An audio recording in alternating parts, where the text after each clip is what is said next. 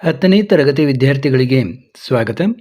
ನೋಡಿ, ನಾಳೆ 31ನೇ ತಾರೀಕು ನಡೆಯಲಿರುವಂಥ ನಿಮ್ಮ ರಾಜ್ಯ ಮಟ್ಟದ ಪೂರ್ವಸಿದ್ಧತಾ ಪರೀಕ್ಷೆ 2 ವಿಷಯ ವಿಜ್ಞಾನದ ಪರೀಕ್ಷೆ ನಾಳೆ ನಡೆಯಲಿದ್ದು, ಅದರ ಸಲುವಾಗಿ ವಿಶೇಷವಾಗಿ ಮಾದರಿ ಪ್ರಶ್ನೆ ಪತ್ರಿಕೆ 1 ಮತ್ತು ಉತ್ತರಗಳನ್ನು ಸಿದ್ಧಪಡಿಸಿದ್ದು, ಅವುಗಳನ್ನು ಈಗ ನೋಡೋಣ. ನೋಡಿ, ಮೊದಲಿಗೆ ಬಹು ಆಯ್ಕೆ ಪ್ರಶ್ನೆಗಳಲ್ಲಿ ಈಗ ಭೌತ ವಿಜ್ಞಾನದ ಪ್ರಶ್ನೆಗಳು ಬರ್ತವೆ. ಮೊದಲಿಗೆ, ಫ್ಲೆಮಿಂಗ್ನ ಎಡಗೈ ನಿಯಮದಲ್ಲಿ ಮಧ್ಯದ ಬೆರಳು ಸೂಚಿಸುವ ದಿಕ್ಕು ವಿದ್ಯುತ್ ಪ್ರವಾಹವನ್ನು ಸೂಚಿಸುತ್ತದೆ, ಮಧ್ಯದ ಬೆರಳು. ಇನ್ನು 220 ವೋಲ್ಟ್ ಜನರೇಟರ್ಗೆ ಒಂದು ವಿದ್ಯುತ್ ಬಲ್ಬನ್ನು ಸಂಪರ್ಕಿಸಿದಾಗ ಆ ಬಲ್ಬ್ನಲ್ಲಿ 0.75 ಆಂಪಿಯರ್ ವಿದ್ಯುತ್ ಪ್ರವಹಿಸುತ್ತದೆ. ಆಗ ಈ ಬಲ್ಬ್ನ ವಿದ್ಯುತ್ ಸಾಮರ್ಥ್ಯವು ನೋಡಿ 165 ವ್ಯಾಟ್. ನೀವು ಸೂತ್ರಗಳನ್ನು ಸರಿಯಾಗಿ ನೆನಪಿಟ್ಟುಕೊಂಡ್ರೆ ಆರಾಮಾಗಿ ಉತ್ತರವನ್ನು ಕಂಡುಹಿಡಿಯಬಹುದು. ವಿದ್ಯುತ್ ಪ್ರವಹಿಸುತ್ತಿರುವ ವೃತ್ತಾಕಾರದ ವಾಹಕ ಸುರುಳಿಯಲ್ಲಿನ ಸುತ್ತುಗಳ ಸಂಖ್ಯೆಯನ್ನು 10 ಪಟ್ಟು ಹೆಚ್ಚಿಸಿದರೆ ಆಗ ಉತ್ಪತ್ತಿಯಾಗುವ ಕಾಂತಕ್ಷೇತ್ರವು ಹೆಚ್ಚಾಗುವ ಪ್ರಮಾಣ. ನೋಡಿ, ಇಲ್ಲಿ 10 ಪಟ್ಟು ಹೆಚ್ಚಿ ಮಾಡಿದ ಸುತ್ತುಗಳ ಸಂಖ್ಯೆ 10 ಪಟ್ಟು ವಿದ್ಯುತ್ ಕಾಂತಕ್ಷೇತ್ರ ಹೆಚ್ಚಾಗ್ತದೆ.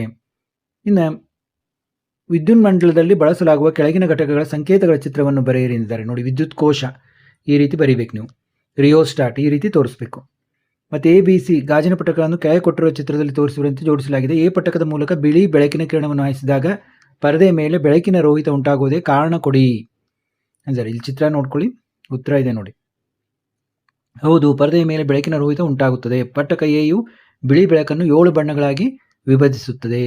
ನೋಡಿ, ಪಟ್ಟಕ ಎ ಏನಿದೆ ಬಿಳಿ ಬಣ್ಣವನ್ನು 7 ಬಣ್ಣವನ್ನಾಗಿ ವಿಭಜಿಸುತ್ತದೆ. ಪಟ್ಟಕ ಬಿಯು ಈ 7 ಬಣ್ಣಗಳನ್ನು ಪುನರ್ ಸಂಯೋಜನೆ ಮಾಡಿ ಬಿಳಿ ಬೆಳಕನ್ನಾಗಿ ಪರಿವರ್ತಿಸುತ್ತದೆ. ಹಾಗೂ ಪಟ್ಟಕ ಸಿಯು ಈ ಬಿಳಿ ಬೆಳಕನ್ನು 7 ಬಣ್ಣಗಳಾಗಿ ವಿಭಜಿಸುವುದರಿಂದ ಪರದೆಯ ಮೇಲೆ ಬೆಳಕಿನ ರೋಹಿತವನ್ನು ನಾವು ಕಾಣುತ್ತೇವೆ. ನೋಡಿ, ಕೆಳಗಿನ ಪ್ರಶ್ನೆಗಳಿಗೆ ಉತ್ತರಿಸಿ. ಬೆಳಕಿನ ವಕ್ರೀಭವನದ ನಿಯಮಗಳನ್ನು ನಿರೂಪಿಸಿ. ನೋಡಿ, ಉತ್ತರ ಎಲ್ಲ ಓದ್ತಾ ಹೋಗೋದಿಲ್ಲ, ತುಂಬ ವಿಡಿಯೋ ದೊಡ್ಡದಾಗೋದ್ರಿಂದ. ನೋಡಿ, 1ನೇ ನಿಯಮ, 2ನೇ ನಿಯಮ.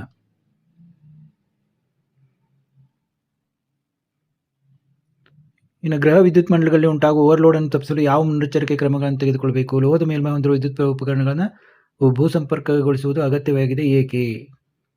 ಅಥವಾ ಕೊಟ್ಟಿರುವ ಚಿತ್ರವನ್ನು ಗಮನಿಸಿ ಮತ್ತು ಕೆಳಗೆ ಕೊಟ್ಟಿರುವ ಪ್ರಶ್ನೆಗಳಿಗೆ ಉತ್ತರಿಸಿ. ನೋಡಿ, ಓವರ್ಲೋಡ್ ಅನ್ನು ತಪ್ಪಿಸಲು ಮ್ಯಾಗಿನ ಪ್ರಶ್ನೆಗೆ ಉತ್ತರ ಇದು. ಓವರ್ಲೋಡ್ ತಪ್ಪಿಸಲು ಮುನ್ನೆಚ್ಚರಿಕೆ ಕ್ರಮಗಳು. ನಂತರ 6 ಪ್ರಶ್ನೆಗೆ ಉತ್ತರ ಅಥವಾ ಪ್ರಶ್ನೆಗೆ ಉತ್ತರ ಇಲ್ಲಿದೆ ನೋಡಿ. ಬಲಗೈ ಹೆಬ್ಬೆರಳು ನಿಯಮ ಕೂಡ ಬಂದಿದೆ ಇಲ್ಲಿ. ಇನ್ನು ಕೆಳಗಿನ ಪ್ರಶ್ನೆಗಳಿಗೆ ಉತ್ತರಿಸಿ. 4ನೇ ಭಾಗದಲ್ಲಿ 5 ಸೆಂಟಿಮೀಟರ್ ಗಾತ್ರದ ವಸ್ತುವನ್ನು 20 ಸೆಂಟಿಮೀಟರ್ ಸಂಗಮ ದೂರವನ್ನು ಹೊಂದಿರುವ ನಿಮ್ನ ದರ್ಪಣದ ಮುಂದೆ 30 ಸೆಂಟಿಮೀಟರ್ ದೂರದಲ್ಲಿ ಇರಿಸಿದೆ. ಸ್ಪಷ್ಟ ಪ್ರತಿಬಿಂಬವನ್ನು ಪಡೆಯಲು ಪರದೆಯನ್ನು ದರ್ಪಣದಿಂದ ಎಷ್ಟು ದೂರದಲ್ಲಿ ಇರಿಸಬೇಕು? ಉಂಟಾದ ಪ್ರತಿಬಿಂಬದ ಸ್ವಭಾವವನ್ನು ಮತ್ತು ಗಾತ್ರವನ್ನು ಕಂಡುಹಿಡಿಯಿರಿ. ನೋಡಿ, ವಸ್ತುವಿನ ಗಾತ್ರ, ದೂರ, ಸಂಗಮ ದೂರ ಇವೆಲ್ಲ ನೋಡಿ ಕೊಟ್ಟಿದ್ದಾರೆ. ಇದನ್ನೆಲ್ಲ ನೋಡಿಕೊಂಡು ನೀವು ಕ್ಯಾಲ್ಕುಲೇಟ್ ಮಾಡಬೇಕು. ನೋಡಿ, ಈ ರೀತಿ ಸೂತ್ರಗಳನ್ನು ಹಾಕಿ ನೀವು ಕ್ಯಾಲ್ಕುಲೇಟ್ ಮಾಡಬೇಕು.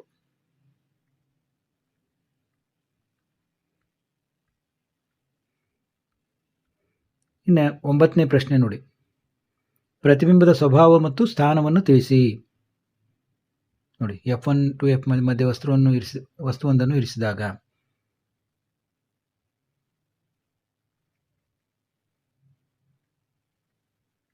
ದಿಕ್ಸೂಚಿಯನ್ನು ಉಪಯೋಗಿಸಿಕೊಂಡು ದಂಡಕಾಂತವೊಂದರ ಸುತ್ತಲೂ ಉಂಟಾಗುವ ಕಾಂತೀಯ ಬಲರೇಖೆಗಳನ್ನು ಹೇಗೆ ಗುರುತಿಸುವಿರಿ? 2 ಕಾಂತೀಯ ಬಲರೇಖೆಗಳು ಒಂದನ್ನೊಂದು ಛೇದಿಸುವುದಿಲ್ಲ, ಏಕೆ?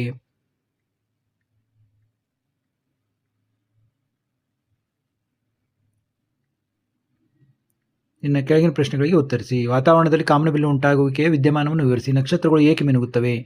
ಅಥವಾ ಸಮೀಪ ದೃಷ್ಟಿ ಎಂದರೇನು? ಈ ದೋಷಕ್ಕೆ ಕಾರಣಗಳನ್ನು ತಿಳಿಸಿ. ಕಣ್ಣಿನ ಹೊಂದಾಣಿಕೆ ಸಾಮರ್ಥ್ಯ ಎಂದರೇನು? ದೂರದ ವಸ್ತುಗಳನ್ನು ನೋಡುವಾಗ ಕಣ್ಣಿನಲ್ಲಿ ಉಂಟಾಗುವ ಬದಲಾವಣೆಗಳು ಯಾವುವು? ನೋಡಿ, ಇವೆಲ್ಲ ಪ್ರಶ್ನೆಗಳಿಗೆ ಉತ್ತರ ಇಲ್ಲಿದೆ. ಕಾಮನಬಿಲ್ಲು ಉಂಟಾಗುವಿಕೆ ವಿದ್ಯಮಾನ, ನಕ್ಷತ್ರಗಳ ಮಿನುಗುವಿಕೆ ನೆಕ್ಸ್ಟ್. ಆಮೇಲೆ ಸಮೀಪ ದೃಷ್ಟಿ ಕಾರಣಗಳು, ಕಣ್ಣಿನ ಹೊಂದಾಣಿಕೆಯ ಸಾಮರ್ಥ್ಯ.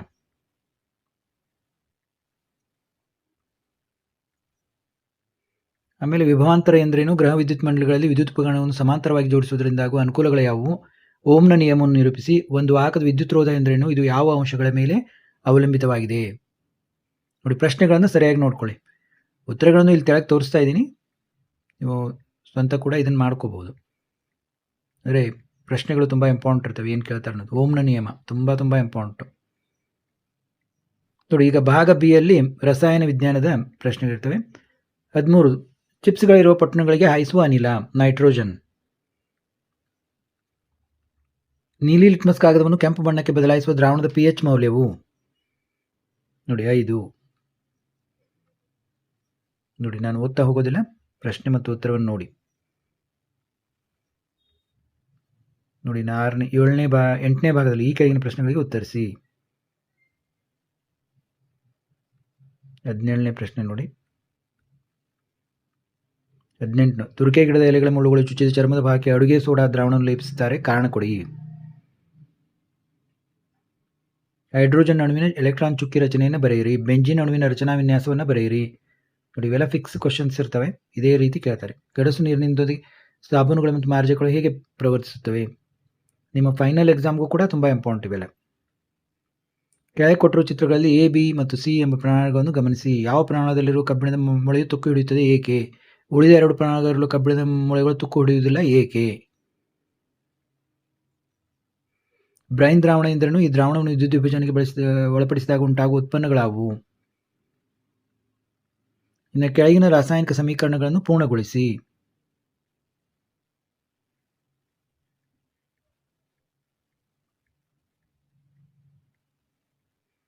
ನೋಡಿ, ಸಾರರಿಕ್ತ ಸಲ್ಫ್ಯೂರಿಕ್ ಆಮ್ಲದೊಂದಿಗೆ ಸತುವಿನ ಚೂರುಗಳ ವರ್ತನೆ ಮತ್ತು ಉರಿಸುವಿಕೆ ಮೂಲಕ ಹೈಡ್ರೋಜನ್ ಇಲ್ಲದ ಪರೀಕ್ಷೆಯನ್ನು ತೋರಿಸುವ ಚಿತ್ರವನ್ನು ಬರೆಯಿರಿ. ಕೆಳಗಿನವುಗಳನ್ನು ಗುರುತಿಸಿ. ನೋಡಿ, ಇದಂತೆ ಬಹಳಷ್ಟು ಸಾರಿ ಕೇಳಿದ್ದಾರೆ. ನಿಮ್ಮ ಫೈನಲ್ ಎಕ್ಸಾಮ್ನಲ್ಲಿ ಕೂಡ ತುಂಬ ಇಂಪಾರ್ಟೆಂಟ್ ಇದು.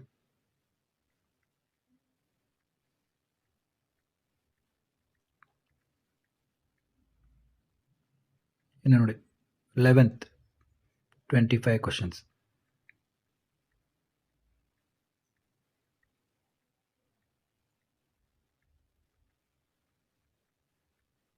ಇನ್ನು ನೋಡಿ, ಭಾಗ ಸಿಯಲ್ಲಿ ಜೀವ ವಿಜ್ಞಾನದ ಪ್ರಶ್ನೆಗಳು.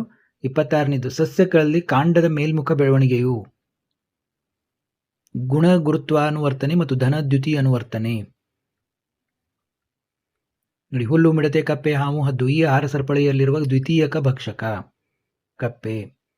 ತೆರೆದ ಪತ್ರ ನಂತರ ರಚನೆಯನ್ನು ತೋರಿಸುವ ಚಿತ್ರವನ್ನು ಬರೆಯಿರಿ. ನೋಡಿ, ಈ ರೀತಿ ಚಿತ್ರವನ್ನು ಬರೆಯಬೇಕು. ಕೆಳಗೆ ಕೊಟ್ಟಿರುವ ಹೂಗಳ ಚಿತ್ರಗಳನ್ನು ಗಮನಿಸಿ. ಈ 2 ಹೂಗಳಿಗೆ ಜರುಗಬಹುದಾದ ಪರಾಗಸ್ಪರ್ಶದ ವಿಧಗಳನ್ನು ಹೆಸರಿಸಿ. ಹೂವಿನಲ್ಲಿ ಸ್ವಕೀಯ ಪರಾಗಸ್ಪರ್ಶ, ಹೂವಿನಲ್ಲಿ ಪರಕೀಯ ಪರಾಗಸ್ಪರ್ಶ. ಅನುವಂಶಿತೆ ಎಂದರೇನು? ಕೆಳಗಿನ ಹಾರ್ಮೋನುಗಳ ಕಾರ್ಯವೇನು? ಅಬ್ಸಿಸಿಕ್ ಆಮ್ಲ, ಥೈರಾಕ್ಸಿನ್. ಕಾಯಜ ರೀತಿಯ ಸಂತಾನೋತ್ಪತ್ತಿಯು ಕೃಷಿ ಕ್ಷೇತ್ರಕ್ಕೆ ಅತ್ಯಂತ ಹೆಚ್ಚು ಅನುಕೂಲಕರವಾಗಿದೆ. ಈ ಹೇಳಿಕೆಯನ್ನು ಸಮರ್ಥಿಸಿ. ಜೈವಿಕ ವಿಘಟನೆಯಾಗುವ ಮತ್ತು ಜೈವಿಕ ವಿಘಟನೆಯಾಗದ ವಸ್ತುಗಳಿಗಿರುವ ಯಾವುದಾದರೂ 2 ವ್ಯತ್ಯಾಸಗಳನ್ನು ಒಂದೊಂದು ಉದಾಹರಣೆ ಸಹಿತ ಬರೆಯಿರಿ. ಉದಾಹರಣೆಗಳನ್ನು ಬರೆಯಲಾಗಿದೆ. ಸಸ್ಯಗಳು ತ್ಯಾಜ್ಯ ಪದಾರ್ಥಗಳನ್ನು ಹೊರಹಾಕಲು ಬಳಸುವ ಯಾವುದಾದರೂ 2 ವಿಧಾನಗಳನ್ನು ತಿಳಿಸಿ. ಮಾನವನ ದೇಹದಲ್ಲಿ ಮೂತ್ರವು ಹೇಗೆ ಉತ್ಪತ್ತಿಯಾಗುತ್ತದೆ ವಿವರಿಸಿರಿ. ಅಥವಾ ಸಸ್ಯದ ಎತ್ತರದ ಭಾಗಗಳಿಗೆ ನೀರನ್ನು ಸಾಗಿಸಲು ಸಹಾಯ ಮಾಡುವ ಪ್ರಕ್ರಿಯೆ ಯಾವುದು? ಮಾನವನ ಜೀರ್ಣನಾಳದಲ್ಲಿ ಕೆಳಗಿನ ಜೀರ್ಣರಸಗಳ ಕಾರ್ಯ ತಿಳಿಸಿ. ಜಠರರಸ, ಕರುಳಿನ ರಸ. ನೋಡಿ, ಉತ್ತರವನ್ನು ನೋಡ್ತಾ ಹೋಗಿ.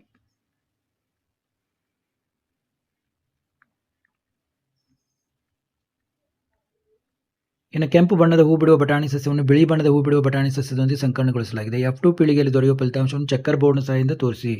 ಮಾನವರಲ್ಲಿ ಗಂಡು ಮಗುವಿನ ಲಿಂಗವು ಹೇಗೆ ನಿರ್ಧಾರವಾಗುತ್ತದೆ? ನೋಡಿ, ಈ ರೀತಿ ಚೆಕ್ಕರ್ ಬೋರ್ಡ್ನಿಂದ ತೋರಿಸಬೇಕು. ಯುಗ್ಮಜವು ತಂದೆಯಿಂದ ವಾಯುತ ವರ್ಣತಂತುವನ್ನು ಪಡೆದುಕೊಂಡಿದ್ದರೆ ಆಗ ಯುಗ್ಮಜವು ಗಂಡು ಮಗು ಆಗ್ತದೆ. ಅಥವಾ ನೋಡಿ ಯಾವ ರೀತಿ ಆಗ್ತದೆ ಅಂತ. DNA ಸ್ವಪ್ರತೀಕರಣ ಎಂದರೇನು? ಲೈಂಗಿಕ ರೀತಿಯ ಸಂತಾನೋತ್ಪತ್ತಿಯಲ್ಲಿ ವರ್ಣತಂತುಗಳ ಸಂಖ್ಯೆ ಹೇಗೆ ಹೊಂದಾಣಿಕೆ ಆಗುತ್ತದೆ? ಅಥವಾ ಜರಾಯು ಎಂದರೇನು? ಇದರ ಕಾರ್ಯವೇನು? ಮಾನವನ ದೇಹದಲ್ಲಿ ವೃಷಣಗಳು ಕಿಬ್ಬೊಟ್ಟೆ ಹೊರಗೆ ವೃಷಣ ಚೀಲದಲ್ಲಿರುತ್ತವೆ, ಏಕೆ? ಎಲ್ಲದಕ್ಕೂ ಉತ್ತರವನ್ನು ಇದೆ ಇಲ್ಲಿ ನೋಡ್ತಾ ಹೋಗ್ಬೋದು. ಇನ್ನು ಮಾನವನ ಮಿದುಳಿನ ರಚನೆಯನ್ನು ತೋರಿಸುವ ಚಿತ್ರವನ್ನು ಬರೆಯಿರಿ. ಕೆಳಗಿನ ಭಾಗವನ್ನು ಗುರುತಿಸಿ. ಪಾನ್ಸ್ ಮತ್ತು ಮಹಾಮಸ್ತಿಷ್ಕ. ನೋಡಿ, ಈ ರೀತಿ ಚಿತ್ರವನ್ನು ತೆಗೆದು ಬರೀಲಿಕ್ಕೆ ಕರಿಬೇಕು. ತುಂಬ ಸುಲಭ ಇದೆ. ಆಕ್ಸಿಜನ್ ರಹಿತ ಉಸಿರಾಟ ಅಂದ್ರೇನು? ಈ ಪ್ರಕ್ರಿಯೆಯಲ್ಲಿ ಉತ್ಪತ್ತಿಯಾಗುವ ಉತ್ಪನ್ನಗಳಾವು? ರಕ್ತದ ಇಮ್ಮಡಿ ಪರಿಚಲನೆ ಎಂದರೇನು? ಪಕ್ಷಿಗಳಿಗೆ ಮತ್ತು ಸಸ್ತನಿಗಳಿಗೆ ಆಗಬೇಕದು. ಈ ರೀತಿಯ ರಕ್ತ ಪರಿಚಲನೆ ಹೇಗೆ ಅನುಕೂಲಕಾರಿಯಾಗಿದೆ? ಉತ್ತರ ನೋಡಿ. ನೋಡಿ, ಇಲ್ಲಿಗೆ ನಾವು ನಿಮ್ಮ ಪರೀಕ್ಷೆಗಾಗಿ ವಿಜ್ಞಾನ ಪತ್ರಿಕೆಯನ್ನು ನೋಡಿದೆವು. ಇದೇ ರೀತಿ ಮತ್ತೊಂದು ಪತ್ರಿಕೆಯೊಂದಿಗೆ ಮತ್ತೆ ಭೇಟಿಯಾಗೋಣ.